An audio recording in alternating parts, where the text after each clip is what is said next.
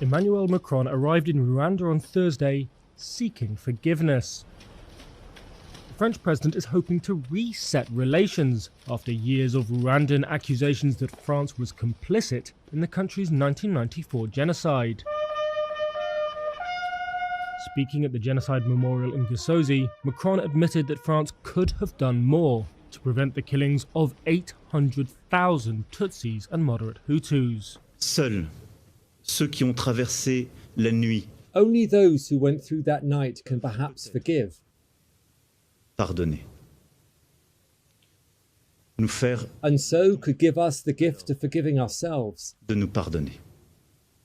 Macron's visit follows the release in March of a report by a French commission of inquiry. It said a colonial attitude had blinded French officials, and that the government bore a serious and overwhelming responsibility for not foreseeing the slaughter. But the report also absolved France of direct complicity, a point made by Macron.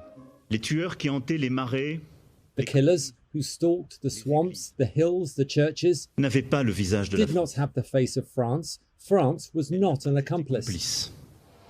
A Rwandan report found that France was aware a genocide was being prepared and bore responsibility for enabling it through its continued support for President Juvenal Habyarimana. It was the shooting down of Habyarimana's plane, killing the president, that unleashed the 100-day frenzy of violence. Macron's visit is the first by a French leader in more than a decade, but the streets of the capital Kigali were devoid of the flags and fanfare that usually accompany a high-level visit. Rwanda's President Paul Kagame has previously accused France of participating in the genocide, but said last week that the French report meant a lot.